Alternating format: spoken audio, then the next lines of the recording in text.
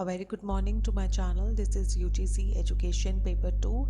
I am Kanchan Gupta, your mentor. So आज जो हम पढ़ने वाले हैं वो यूनिट 4 टीचर एजुकेशन पढ़ने वाले हैं. इसका सेक्शन है सी, जहाँ पर हम बात करेंगे agencies and institutions for in service teacher education. So हर एक जो है इंडिविजुअली हमारे जो कोर्स में 6 इंस्टीट्यूशंस दिए गए हैं, जिसमें से आज जो हम डिस्कस करने वाले हैं वो है NCERT. So let's get started. सबसे पहले जो government of India's ministry of education थी, उन्होंने 27 जुलाई को रिजॉल्व हुई थी. उसके बाद जो है नेशनल यानी कि NCERT की स्थापना की गई. The full form is national council of educational research and training, जिसको इट वॉज फॉर्मली जो बिगन हुई थी, यानी कि फॉर्मली उसको जो फंक्शन में आई थी वो आई थी 1 सितंबर 1961 को. कुछ इंस्टीट्यूशंस थे, 7 एग्जिस्टिंग गवर्नमेंट इंस्टीट्यूशंस थे जिन्हें मर्ज करके बनाया गया था NCERT को. वो कौन से इंस्टीट्यूशंस थे? The first name is the central institute of Education. The second one is Central Bureau of Textbook Research. Third one is the Central Bureau of Educational and Vocational Guidance. The fourth one is the Directorate of Extension Programs for Secondary Education. And the National Institute of Basic Education, right? National Fundamental Education Center, and the last one is National Institute of Audiovisual Education. So these are the 7 you can say the government institutions थे जिन्हें मर्ज करके NCERT बनाया गया था. It is separate from the NCTE. हमेशा जो है बच्चे कंफ्यूज हो जाते हैं NCERT को NCTE से. दी NCERT जो है वो स्कूल लेवल पे भी वर्क करती है, and NCTE is for teacher education basically for. NCERT was established with the agenda to design and support the common system of education. जहाँ पर नेशन में क्या होगा, कॉमन सिस्टम एजुकेशन को उन्होंने सपोर्ट किया, जहाँ पर डाइवर्स कल्चर को अक्रॉस द कंट्री जो है इनकरेजमेंट मिलेगा कि आप जो है डिफरेंट जो है रिलीजन के without any caste creed education मिलेगी. उसके बाद कुछ प्रोग्राम्स थे, क्योंकि जो NCERT है वो रिसर्च बेस्ड प्रोग्राम्स को डेवलप करती है, फंड्स देती है, तो उसी पर बेस्ड जो है हम लोग आज पढ़ने वाले हैं. सो रिसर्च में क्या क्या प्रोग्राम्स एंड एक्टिविटीज़ जो हैं NCERT सपोर्ट करता है. NCERT performs the important functions of conducting and supporting the research work and offering the training in educational research methodology. देखा, जिस तरीके से ट्रेनिंग के दौरान, यानी कि आप जब रिसर्च करते हैं उसमें जो भी तरह की आपको ट्रेनिंग की ज़रूरत है, सपोर्ट करती है उसे NCERT. NCERT also supports the research programs for other institutions by providing them financial assistance.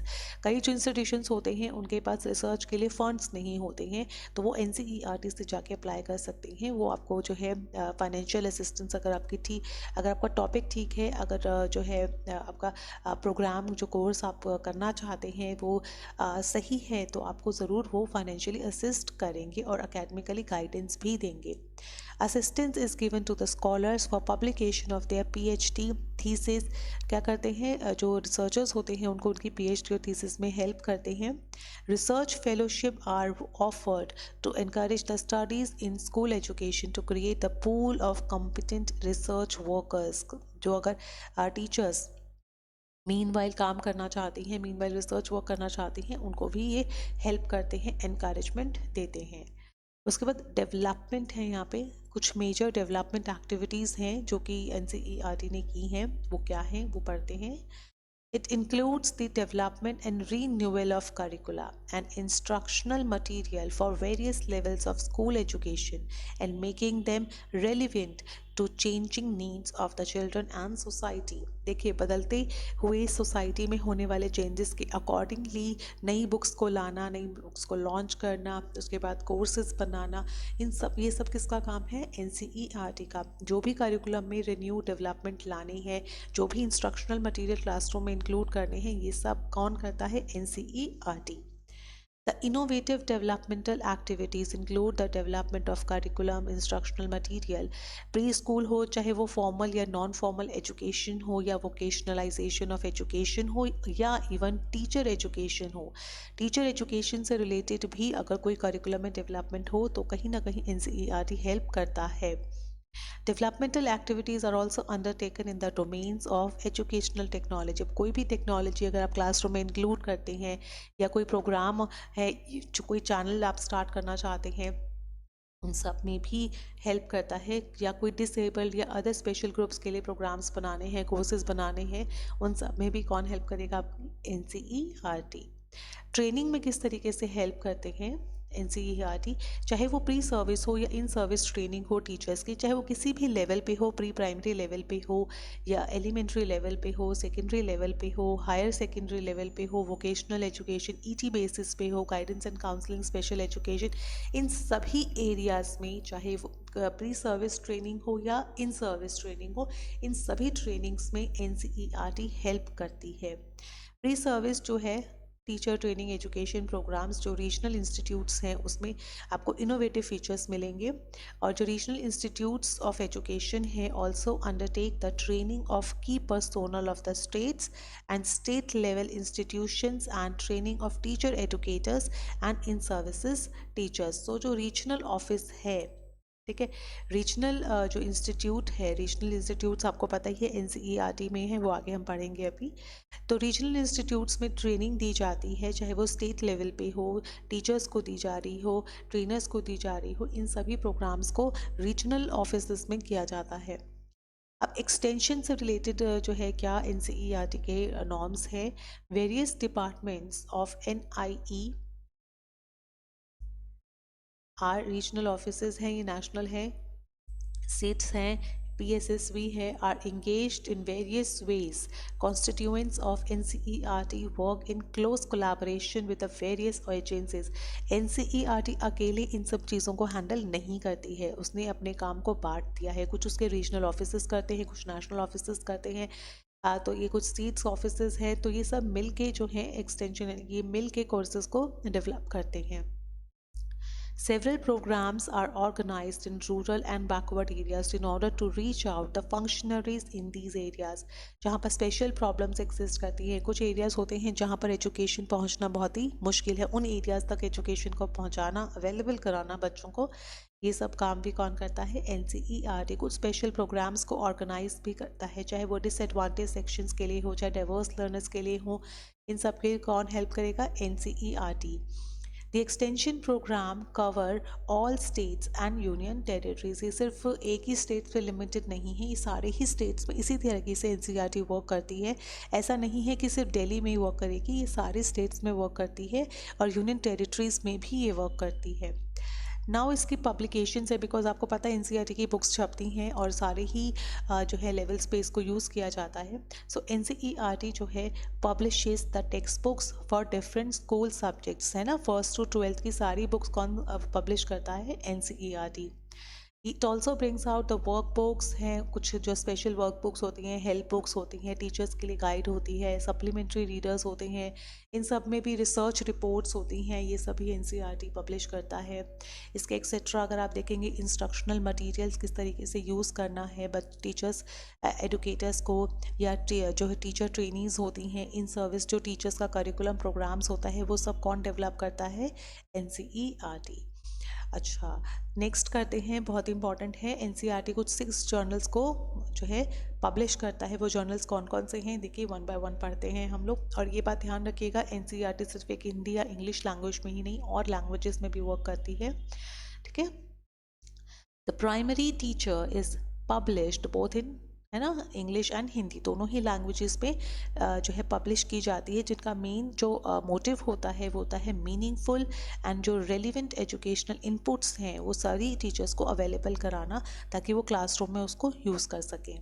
School Sciences serves as an open forum for discussion on various aspects of the science education, ठीक है, science education के लिए एक open forum provide करती है NCERT। Journal on Indian education provides a forum of encouraging the original and critical thinking in education through discussion on current educational issues. कुछ programmes यानी कि कुछ जर्नल निकालती है जहाँ पर पब्लिक अपने व्यूज़ को देते हैं, वहाँ डिस्कस करते हैं करंट इश्यूज़ को। उससे क्या होता है, ब्रेनस्टॉर्मिंग होती है, नॉलेज बढ़ती है, लोग अपने एक्सपीरियंसेस को शेयर करते हैं।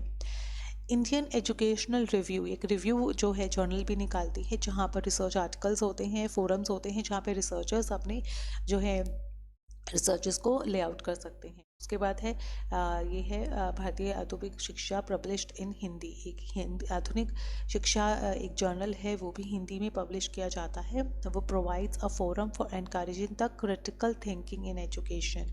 मेन जो जर्नल निकालने का इनका फोकस होता है, लोग एक्सपीरियंस शेयर करना, क्रिटिकल थिंकिंग डेवलप करना, जो वेरियस इश्यूज़ हैं, जो करंट इश्यूज़ हैं उसे लोगों को बताना, टीचर्स को बताना, ताकि वो बच्चों में इंफॉर्मेशन को जो है डिपार्ट कर सके।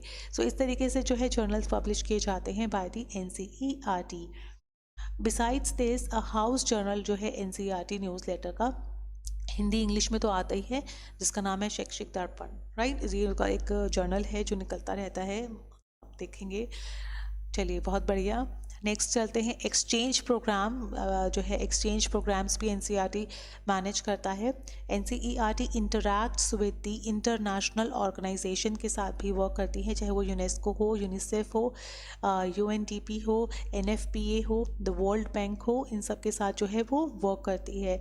स्पेसिफिक एजुकेशनल प्रोग्राम पे वर्क करती है, अरेंज करती हैं ट्रेनिंग प्रोग्राम्स पे, तो ये दोनों ही चीज़ें जो हैं NCERT इंटरनेशनल लेवल पे करती हैं।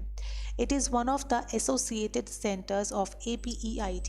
It also acts as the Secretariat of the National Development Program NDG for Educational Innovations, की एजुकेशन में होने वाली इनोवेशंस को वर्ल्ड वाइड जो है प्रोवाइड कराने के लिए NCERT इंटरनेशनल लेवल पे भी वर्क करता है। NCERT has been offering the training facilities usually through the attachment programs. Training facilities तो देता ही देता है through workshops, through programs, right. NCERT act as a major agency for implementing bilateral cultural exchange program। अब ये bilateral exchange program क्या है? जहाँ पर लैंग्वेजेस नो बार, वहाँ पे आपको काफ़ी डिफरेंट लैंग्वेजेस मिल जाती हैं कल्चर को एक्सचेंज करने के लिए, right. So this is the exchange programs done by NCERT। उसके बाद कुछ ऑब्जेक्टिव्स, जो बेसिक ऑब्जेक्टिव्स यहाँ पे दिए हुए हैं कि इतना सब कुछ पढ़ने के बाद ट्रेनिंग में क्या रोल है, और ट्रेनिंग के बाद अब एक्सचेंज में क्या रोल है, एक्सटेंशन में क्या रोल है, डेवलपमेंट में क्या रोल है, जर्नल्स निकालती है लैंग्वेजेस डेवलपमेंट एंड प्रोसेस में। So now what are the basic objective of the NCERT? NCERT undertake, aid, promote, coordinate the research areas in different schools. It prepares and publishes the textbooks, supplementary material, newsletters, journals. It organizes the pre-service and in-service training. It develops and disseminate the innovative innovation teachers, जो भी education में होने वाली techniques हैं, innovative techniques हैं, practices हैं, उसको develop करके डिसेमिनेट करता है, बाकी टीचर्स को इन्वॉल्व करता है through workshops, through seminars. It collaborate and network with the state educational department, universities, NGOs and other educational institutions. It is act as a clearing house for ideas and information in matters related to the school education, कि कोई भी school से related matter है उसमें NCERT work करेगा, because it is the nodal agency for achieving the goal of UEE, यानी कि universalization of educational elementary education. So this is the basic NCERT। इसके बाद हम बात करते हैं उसके रीजनल ऑफिसेस की, है ना। रीजनल ऑफिसेस के बारे में हमें बात करनी थी, कौन कौन से इसके ऑफिसेस हैं। सबसे पहले जो ऑफिसेस है NIE, यानी कि नेशनल इंस्टीट्यूट, हमने पीछे भी बात की थी कि अपने इन्हीं ऑफिसेस जो हैं रीजनल ऑफिसेस के थ्रू जो है ये सारी ही डेसिग्नेट करती हैं इंफॉर्मेशन को इनोवेटिव तरीके से। सो फर्स्ट जो उनका रीजनल ऑफिस है वो है NIE नेशनल इंस्टीट्यूट में, जो कि है न्यू दिल्ली में। उसके बाद है central institute of educational technology CIET, वो भी न्यू दिल्ली में है। Pandit Sundarlal Sharma central institute of vocational education PSS CIVE in Bhopal में है ये। एक अजमेर में ऑफिस है, एक भोपाल में है, एक भुवनेश्वर, एक मैसूर। एंड द लास्ट जो है वो है north east regional institute of education NERIE, that is on Shillong. So आप देख सकते हैं ओवरऑल इंडिया उनके ऑफिसेस जो हैं वो दिखेंगे आपको। चलिए नेक्स्ट चलते हैं इनकी इन सर्विस, जो लास्ट हमारा है इन सर्विस ट्रेनिंग में किस तरीके से NCERT रोल प्ले करती है। सो pre service and in service training में मैंने आपको बताया है दोनों ही तरीके से NCERT रोल प्ले करती है, और हर एक लेवल पे करती है, चाहे वो प्री प्राइमरी लेवल हो या एलिमेंट्री लेवल हो या सेकेंडरी या हायर लेवल हो या ईटी पे बेस्ड हो, गाइडेंस देना हो या स्पेशल एजुकेशन हो, इन सभी एरियाज़ में चाहे वो करिकुलम बनाना हो या कोई प्रोग्राम बनाना हो या कोई कोर्सेज निकालने हो, इन सब में एनसीईआरटी अपना रोल प्ले करती है। Pre service teacher education program जो है वो रीजनल इंस्टीट्यूट्स के थ्रू इनोवेटिव तरीके से बनाती है। रीजनल इंस्टीट्यूट्स मैंने भी पीछे स्लाइड्स में आपके साथ डिस्कस किया था।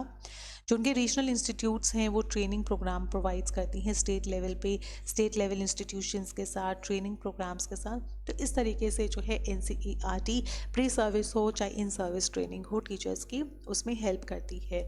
So thank you so much. I hope आपको मेरा लेक्चर बेनिफिशियल लगा होगा और चीज़ें समझ में आई होंगी। इफ़ यू फील कुछ प्रॉब्लम है, कुछ प्रॉब्लम आपको नहीं समझ में आ रही है, वो मुझे कमेंट सेक्शन में आप बता सकते हैं। So thank you so much for today. Have a nice day.